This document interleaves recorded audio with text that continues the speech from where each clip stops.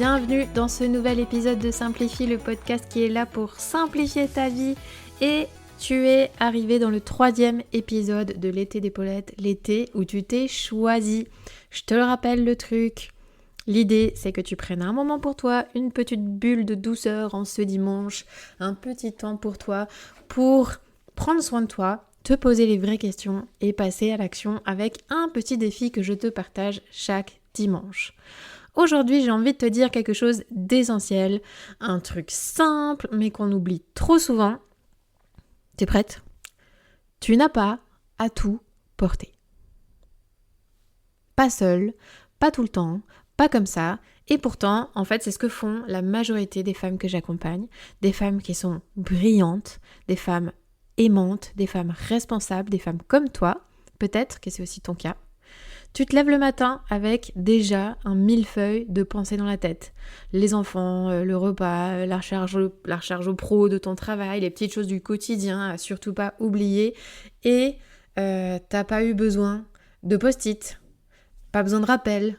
Tout est là, tout est dans ta tête, en boucle. Et c'est devenu ta normalité.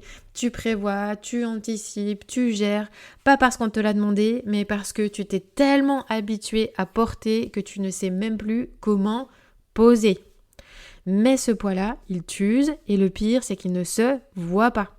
Tu continues à sourire, à assurer, à faire, mais à l'intérieur, c'est comme si tu étais écrasé par une pile de choses invisibles et plus personne ne remarque que tu fatigues parce qu'en fait, peut-être que même tu ne l'as jamais montré. Peut-être que ça fait écho chez toi. J'avais envie de te partager le témoignage d'une cliente que j'ai accompagnée. Elle m'a dit un jour, je me rappelle plus la dernière fois où j'ai été seule chez moi, sans rien à faire, sans personne à gérer, sans quelqu'un à m'occuper. Elle avait un boulot prenant, elle avait 2 enfants, un compagnon qui était présent, investi, mais dans les faits, en fait, c'était elle qui portait tout. Elle s'occupait des rendez-vous médicaux, des anniversaires, de l'école, des lessives. Elle pensait à commander les fournitures scolaires pour la rentrée, à rappeler sa mère, à faire en sorte que tout le monde tienne. Mais elle ne tenait plus. Et le déclic, en fait, il est venu le jour où elle a oublié un rendez-vous médical important pour elle. Donc pas pour ses enfants, pas pour son travail, mais pour elle. Voilà. Et là, elle a craqué. Là, elle a pleuré. Pas juste de fatigue, mais en fait vraiment juste de prise de conscience, quoi. Et elle a réalisé qu'en voulant tout bien faire, elle s'était complètement effacée de sa propre vie. Et elle savait plus ce que c'était que de recevoir de l'aide sans culpabiliser, de demander sans se justifier, de prendre soin d'elle sans devoir le mériter, quoi. Et tu t'en doutes, mais c'est pas un cas isolé. Moi, j'en ai vu des dizaines de femmes me dire la même chose avec des mots différents. Et moi aussi, je suis passée par là. Je connais tellement ça. Le fait de tout gérer pour tout le monde et de ne plus arriver à prendre soin de soi. On nous a appris que porter, c'est aimer. Que une femme forte, une femme qui gère, qui encaisse, qui anticipe, qui pense à tout, c'est ça. C'est une femme qui ne demande pas. On te dit que c'est normal, que c'est comme ça quand on a une famille, un boulot, des engagements. Peut-être ça peut te choquer ce que je suis en train de te dire, ou peut-être tu es en train de te dire « Oh purée, mais en fait c'est tellement ça ». Et vraiment, vraiment c'est une réalité. Et en vrai, tout ça là, ça te vide de l'intérieur. Et tu sais quoi, cette fameuse phrase où on te dit « Il faut que tu arrives à mieux gérer », en fait elle n'existe pas. Cette phrase, à force de tout porter, tu t'écroules. Tu essaies de tenir ce que tu peux, tu te maintiens, tu te préserves, tu te contiens, mais en fait, t'arrives plus à ressentir. T'arrives plus à te choisir. Et personne ne va venir t'en sortir. Je suis désolée, peut-être que c'est pas agréable à entendre, mais en vrai, personne ne va venir te sortir de là. Personne ne va venir... va venir te dire peut-être qu'il faudrait que tu t'arrêtes. Ou en tout cas, si tu as des gens qui le font, en tout cas, tu as des gens précieux autour de toi. C'est à toi de dire stop. C'est à toi de dire stop. Tu as le droit de poser, tu as le droit de dire non, tu as le droit de demander et surtout, tu as le droit d'être porté toi aussi.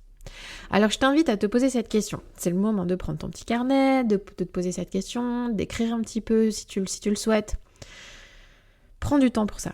À qui ou à quoi tu continues à vouloir prouver que tu gères ? Elle pique un peu cette question. À qui ou à quoi tu continues à vouloir prouver que tu gères ? Est-ce que c'est à ta mère ? Est-ce que c'est à ton conjoint ? Est-ce que c'est à ton patron ? Est-ce que c'est à une version de toi-même qui croit que t'as pas le droit de faillir ? Et en fait, et si tu laissais tomber ce rôle-là, tu vois, cette étiquette, ben tu serais quoi sans ça ? Tu serais qui ? Qui serais-tu sans cette étiquette ? Pas moins forte, pas moins valable, tu serais juste plus vraie, tu serais plus libre, tu serais plus toi en fait. Voilà. Alors aujourd'hui, je te propose un petit défi qui va te demander un peu de courage. Il est vraiment très simple, hein, mais comme d'habitude, pas forcément très facile. Ce défi, c'est demande. Demande. Pas un service déguisé, pas si ça t'arrange. Non, tu demandes clairement un relais. Tu demandes clairement un service. Tu demandes clairement un coup de main. Tu demandes clairement un « peux-tu t'en occuper à ma place ?» Et observe. Là, vraiment, le jeu pour toi, ça va être d'observer. L'important n'est pas le résultat. Et ça, je te le dirai très souvent. L'important, c'est pas le résultat, mais observe. Observe ce que ça provoque en toi. Observe ce que ça libère et observe ce que ça ouvre.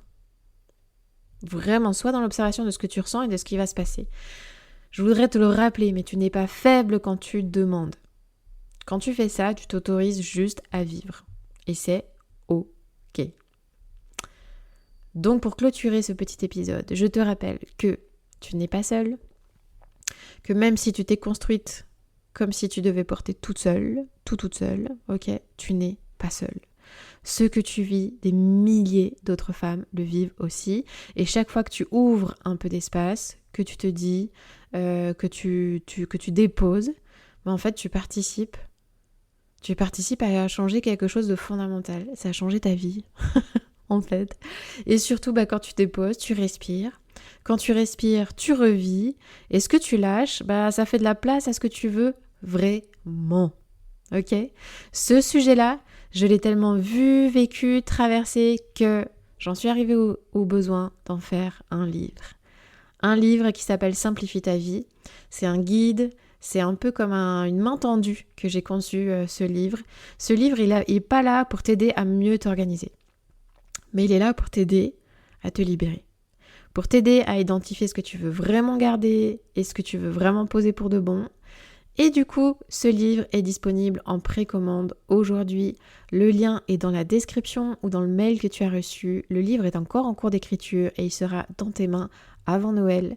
Donc clique sur le lien que tu peux trouver dans la description. Et puis si cet épisode, il a fait bouger quelque chose en toi, écris-moi. Dis-le-moi, voilà, franchement, t'es pas seule et puis t'as pas à traverser ça sans soutien.